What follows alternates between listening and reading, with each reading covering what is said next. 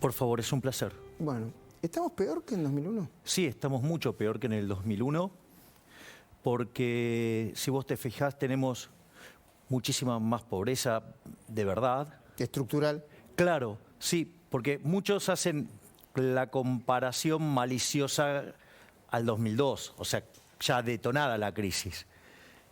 Y, digamos, antes no teníamos estos niveles de inflación. Por lo tanto, técnicamente estamos mucho peor. Y si vos tomaras ese PBI per cápita de ese momento y lo extrapolaras ahora, digamos, la diferencia es enorme, porque tendríamos que estar hablando de un PBI per cápita por lo menos de 13.000, 15.000 dólares, y al oficial tenemos 6.000, 5.000. O sea, con lo cual, eso también explica la cantidad de pobres que tenemos y la cantidad de indigentes que tenemos. Lo cual, digamos, en un país que produce alimentos para 400 millones de seres humanos, con una presión fiscal en el campo del 60%, el Estado se lleva el alimento de 240 millones de seres humanos. ¿Me puedes explicar cómo puede ser que haya 5 millones de argentinos que no coman? Es una locura. Bueno, el logro del populismo. Y si estamos peor, porque este es el argumento del gobierno, ¿por qué no estalla nada? ¿Por qué no está la gente, bueno, en su momento estaba golpeando la puerta de los bancos? ¿Por qué? Ahí hay dos cosas. Lo que termina detonando las crisis suelen ser lo que se llaman caídas de la demanda de dinero, es decir, una situación en la cual, digamos, la gente huye del dinero. Y esas situaciones se dan cuando tenés una crisis política. La realidad es que técnicamente, y esto es muy importante tenerlo en cuenta, hoy las condiciones monetarias son 2 veces peor que la que teníamos antes del Rodrigazo. Pero con el agravante que partimos de 10 veces más de pobres. O sea, con lo cual... A ver, cuando vos decís condiciones monetarias, explícamelo como si fuera un niño. El dinero que hay en la calle, que la gente lo tiene básicamente porque tenés el cepo y te obligan a demandarlo. Lo cual no solo es una locura el cepo porque, digamos, te cercena tu conjunto de elección, porque vos de repente querés tener dólares, no querés tener pesos, y entonces te obligan a tener los pesos. Y no solo te afecta en el presente, sino que te afecta al futuro, porque el peso no es reserva de valor, con lo cual deteriora toda tu situación futura.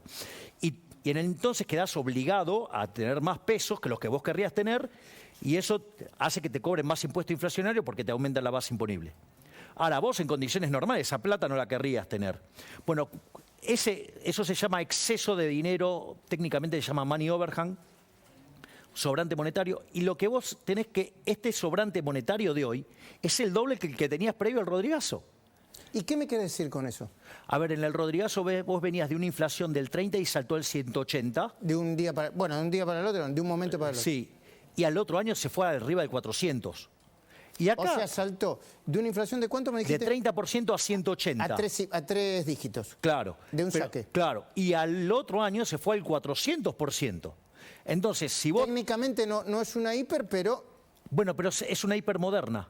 Porque en aquel momento vos, por ejemplo, si haces, por ejemplo, una inflación, una hipermoderna con 200%, digo, sería una hipermoderna. ¿No? Las viejas definiciones... Porque hoy en el mundo no hay inflación. A ver, vos, bueno, por ejemplo, Venezuela tuvo una hiperinflación. Sí, sí. Y en el caso de Venezuela es grave porque estuvo durante 3 años con la hiperinflación. Porque en general las hiperinflaciones suelen ser episodios muy traumáticos, muy cortos. Y, digamos, con las ideas que tiene este gobierno, digo, tuvieron 3 años de hiperinflación en Venezuela.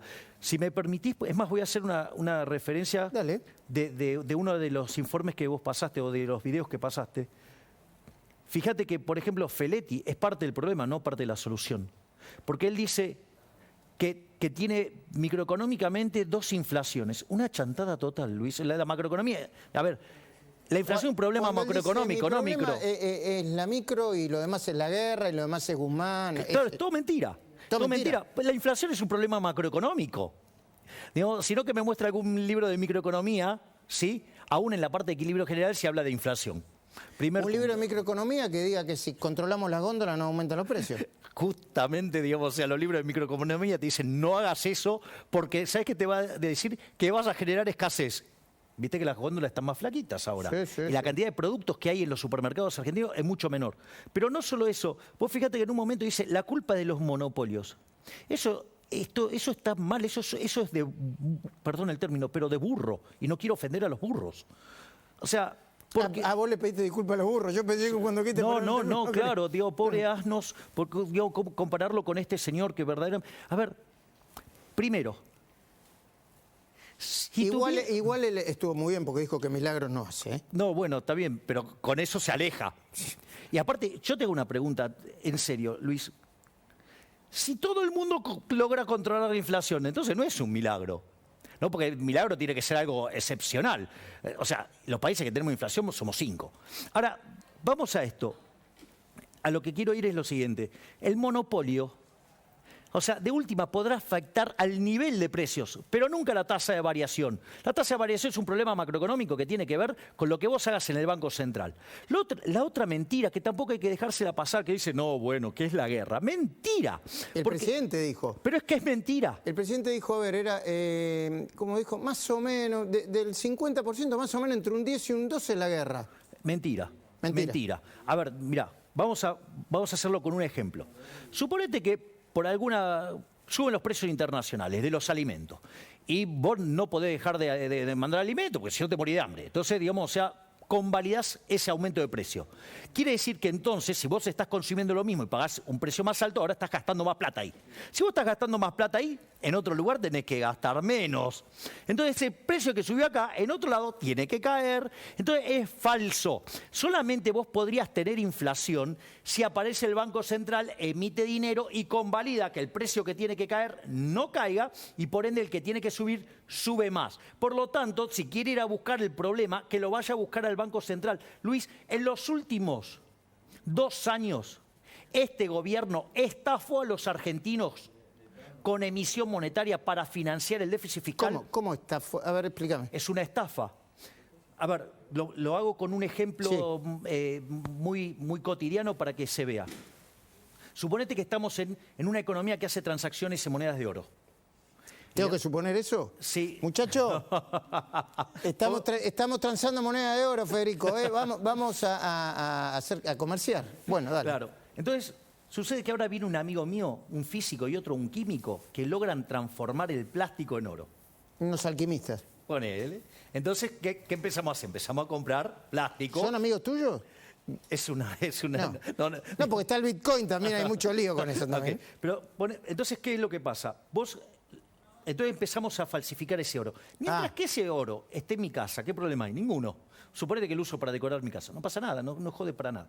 Ahora, suponete que ahora lo queremos usar. Entonces yo vengo y te digo, Luis, ¿me cambiás tu lingote de oro por el mío? ¿Por el mío?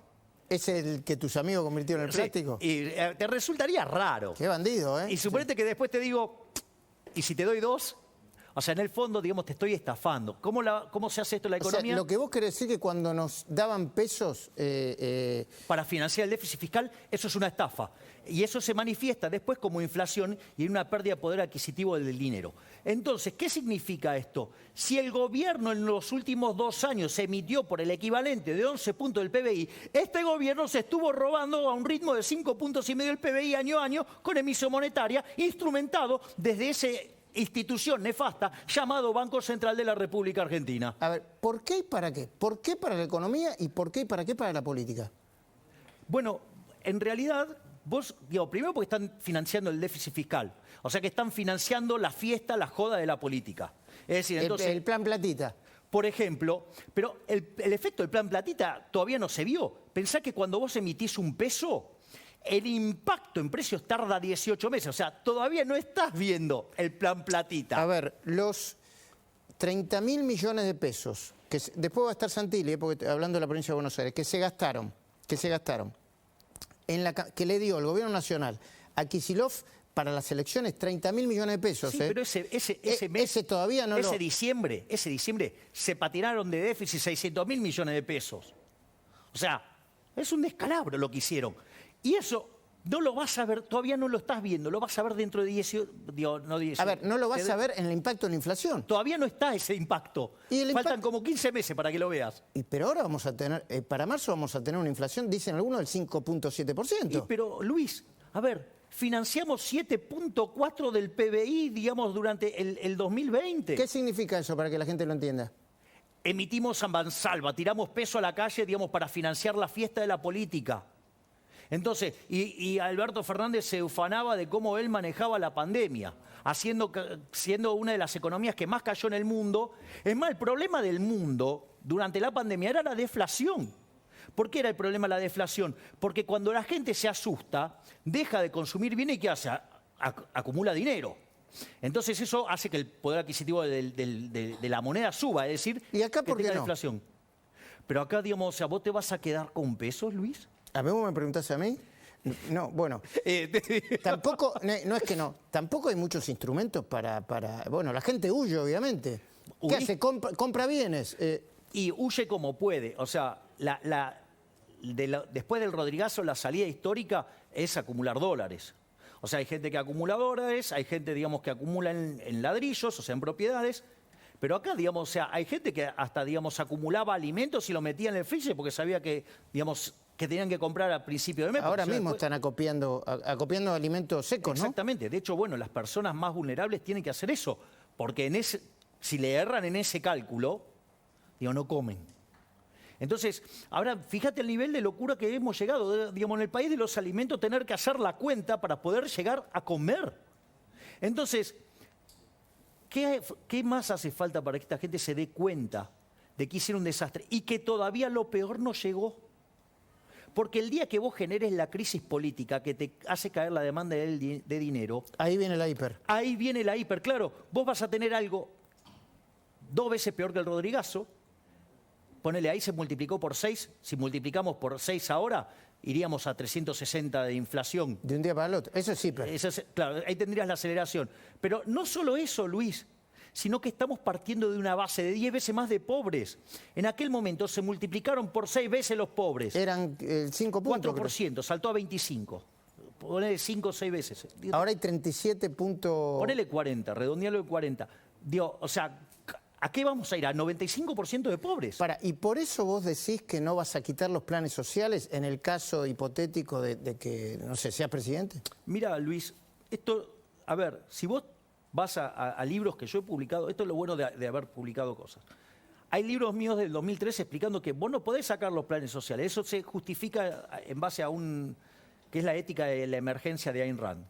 O sea, los que reciben... Pero la emergencia arrancó en 2001 y no termina. No, las bien, emergencias son como los impuestos, ¿viste? Bueno, eso estoy de acuerdo, por eso. Pero a lo que digo es, el día que vos arranques a hacer las reformas, vos no podés atacar justamente a las víctimas del sistema. Los que reciben los planes, en general, son víctimas del sistema. Vos tenés que ir, no tenés que ir sobre el efecto, sino tenés que ir sobre la causa. Con la causa. Y la causa es la casta.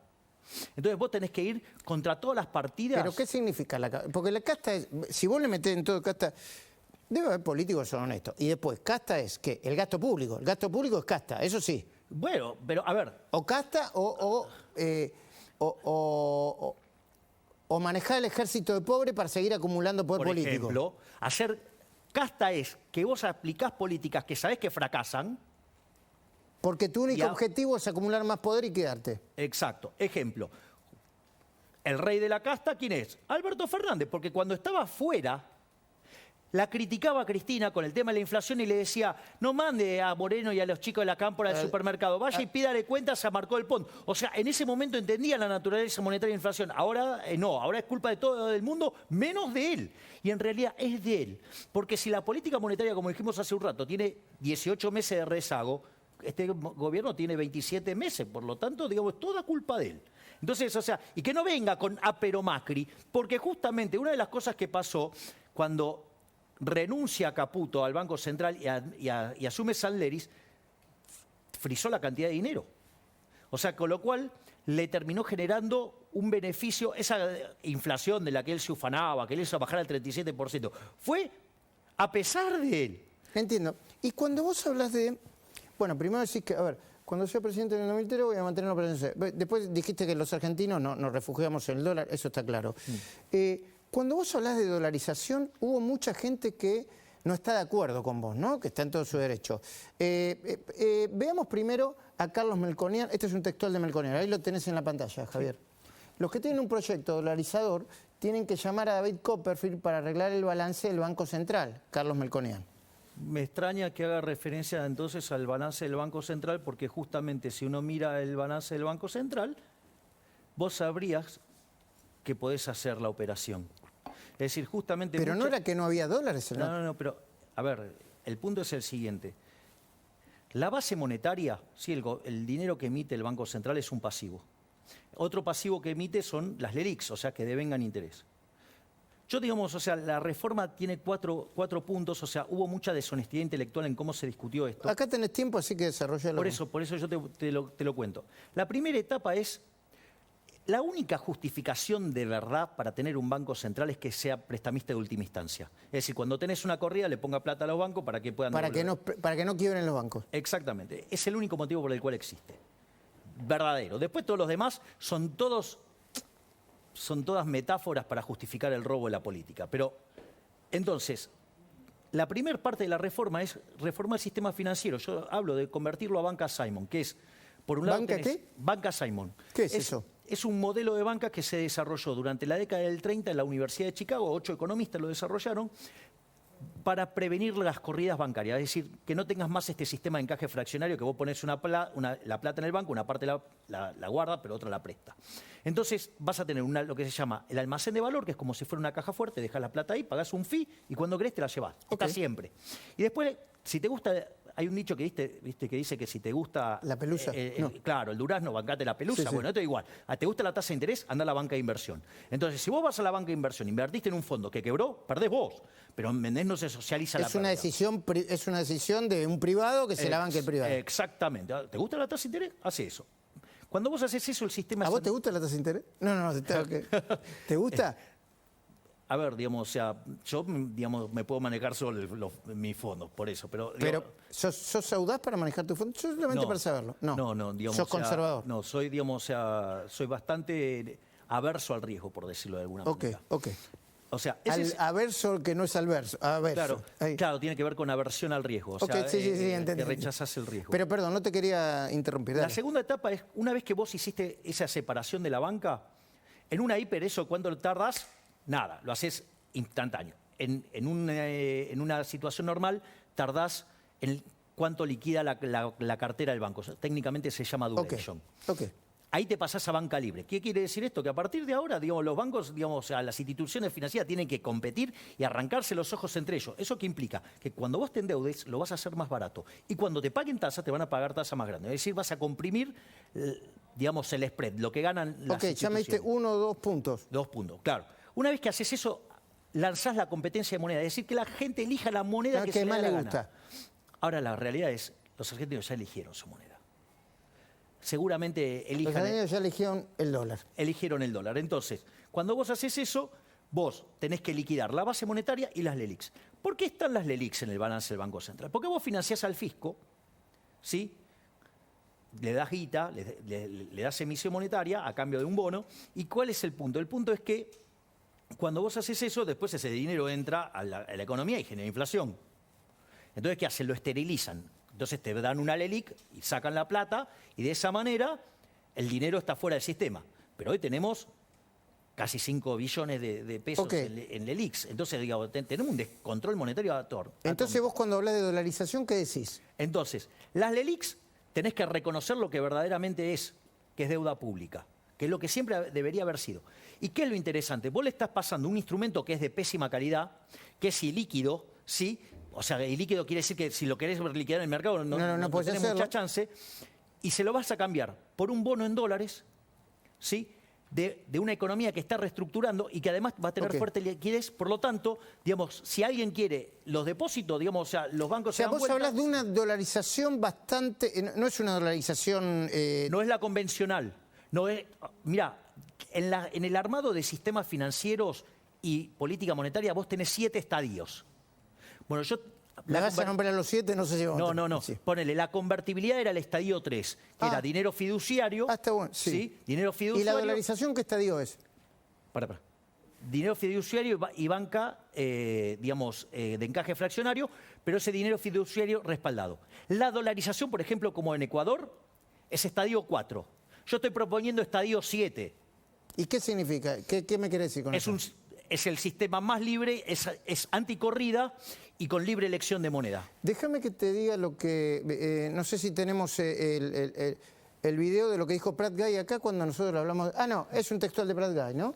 Que lo dijo acá, creo. Los que proponen dolarización no dicen toda la verdad. Bueno, el problema es que, de vuelta, fue una crítica intelectualmente deshonesta lo que hizo ¿Por qué Alfonso. deshonesta? Porque, a ver, yo, digamos, o sea, expliqué las reformas, cuáles son las reformas. Entonces, alguien se agarró del título y se hacen críticas sobre el título y no se estudia, digamos, lo que yo verdaderamente dije. Entonces, por ejemplo, él te dice un plan Bonex, te está metiendo un plan Bonex. Disculpame, o sea, vos ya tenés un plan, es como un plan Bonex. ¿O qué crees que tienen los bancos? Están abarrotados De pesos. del ELIX. Del ELIX. O sea, con lo cual, digamos, o sea, el bono ahí lo tenés y la realidad es que tenés un bono que te van a licuar. Entonces, primero, compararlo con el plan Bonex, que fue a la fuerza, es una mala idea. Digamos, cuando vos no considerás ni siquiera, digamos, el cambio de instrumentos, las reformas estructurales en las que esto está enmarcado, digo, es intelectualmente deshonesto. Está bien, yo la verdad que no soy quien para decir si está bueno o no está malo, pero está bien que sea el debate, me parece interesante el debate. Yo te puedo pedir un favor, no te vayas de acá, porque esto sí es algo que hace no toda la clase política, pero sí lo hace parte del kirchnerismo. Cristina utiliza el Senado como si fuera de su propiedad. Y cuando decimos que lo utiliza como si fuera de su propiedad, es porque no rinde cuentas, gasta lo que quiere y ni siquiera respeta las normas que están en la propia normativa del Senado y de la ley. ¿No es así, Silvina?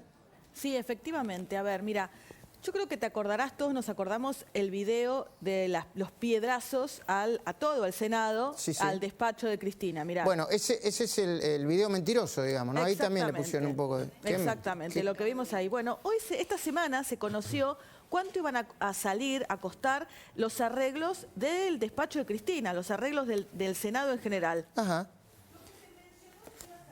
6.200.000 pesos. Eso fue una información oficial que fue aportada en la propia causa donde se investiga. Claro, ella dijo, nosotros hicimos el cálculo de lo que nos salía a refaccionar eso, ¿no? Exactamente. Sí. 2 millones de pesos en reposición de vidrios, 1,5 millones en material textil y 2.700.000 en carpintería y revestimiento. La verdad que me pareció bastante costoso, ¿no? Porque más allá de la puesta en escena, era un vidrio que se había roto.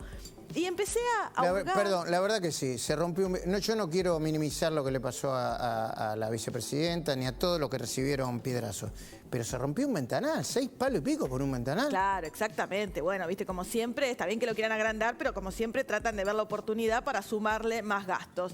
Y a partir de ahí empecé a ver la memoria del 2021 del Senado. Todos los años el Senado presenta un poco de qué se hizo, cuánto se gastó. Y bueno, fui a mirar la memoria del 2021 de Cristina. Y ahí me encontré con otros números que me llamaron muchísimo la atención en gastos de reparaciones por licitaciones, porque a su vez hay muchos que son contrataciones directas, más de 320 millones de pesos. Pero te voy a contar algunas de las reparaciones que se hicieron en el Senado. Se lo pasaron renovando, o sea, rompían las cosas para volver a arreglarlas. Mira, revisión y adecuación de fachadas.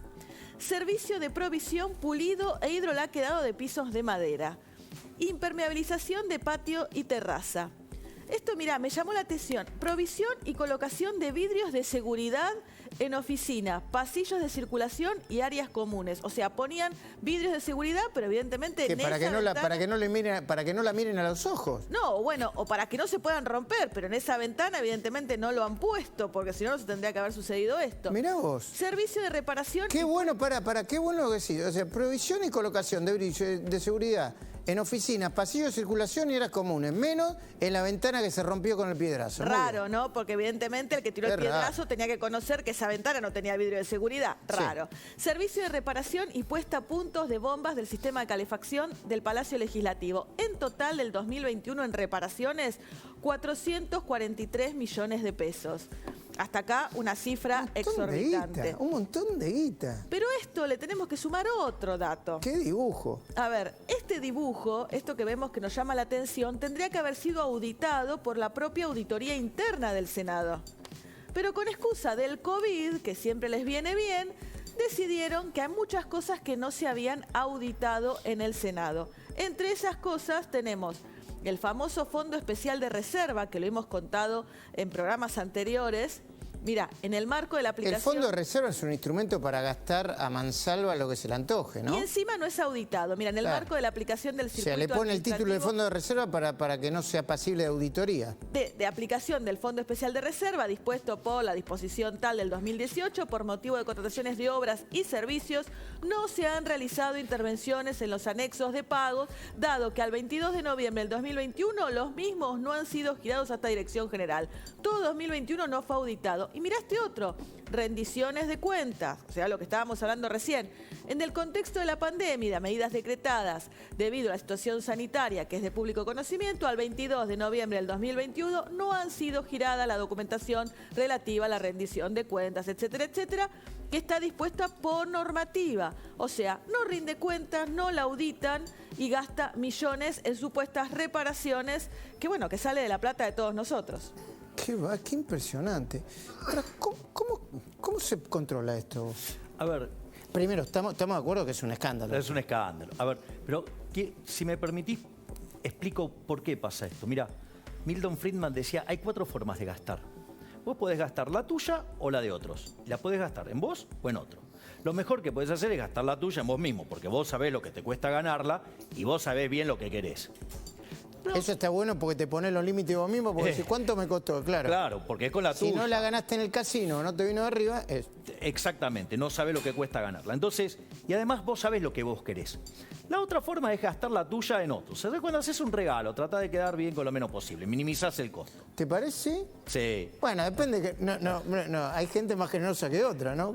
O hay gente más hipócrita que otra. No importa. Vos decís que siempre se gasta... Vas a minimizar el costo, Okay. Luis. Okay. Digamos, porque, digamos, siempre el individuo, digamos, o sea, para que no caiga en una contradicción existencial, digamos, domina su pulsión, digamos, de supervivencia. Okay. Entonces, digamos, es el límite de la fibra íntima, si no te morís. Okay. O sea, porque lo que le dicen que ponen a los demás por delante son todos mentirosos, porque, digamos, si no, digamos, doná todo lo que generás, ¿y qué te va a pasar? No vas a tener para comer y te vas a morir. ¿Ok? Sí.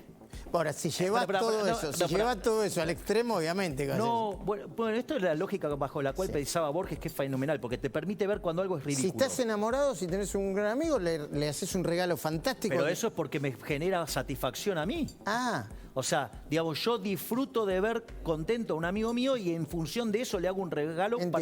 Entiendo. O sea, pero volvamos al choreo, quiero decir, al gasto. Claro. Ahora, una cosa es, después cuando vos gastás en vos la de otro.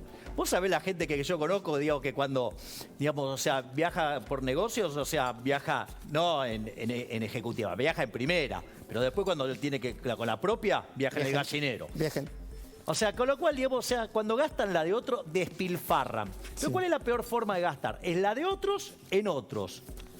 Ahora, cuando vos tenés autócratas que se gastan la de otros en otros y además, o sea, perciben beneficio de gastar de más. Escúchame, ¿te puedo hacer una preguntita? ¿Por qué a veces cambian la voz y de repente...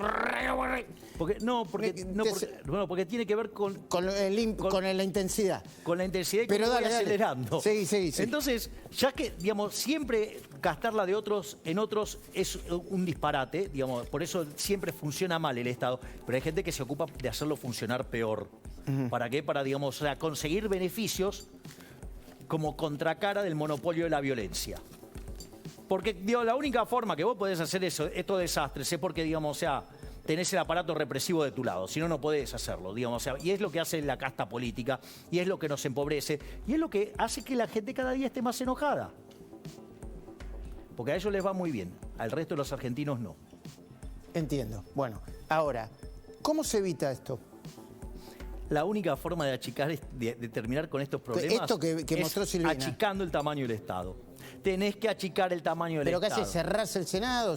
No, digamos, no. Pero vos, a ver, lo primero que tenés que hacer es ir a los grandes curros. La obra pública, las transferencias discrecionales, el rol que tienen los subsidios económicos o las jubilaciones de... Mirá, vos sabés que el déficit que generan todas las empresas del Estado es 0.9 del PBI.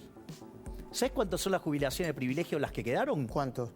0,7, 0,8. ¿En serio tanto? Wow. ¿Me entendés? O sea, Y en el 09 que te dije antes está Aerolíneas, pero Aerolíneas es una de ellas. Claro. Bueno, viste, y todo el mundo se escandaliza porque pierde 2 palitos por mes Aerolíneas. Bueno, mirá, Bueno, pero es un escándalo igual, ¿eh? Obvio que es un escándalo. Por eso, digamos, la propuesta que yo tengo con Aerolíneas es que la aerolínea se la demos directamente a todos sus empleados. ¿Por qué? Porque es un activo que hoy regalado es caro. Entonces se lo das a los empleados. Los empleados son los dueños y haces cielos abiertos y que compitan.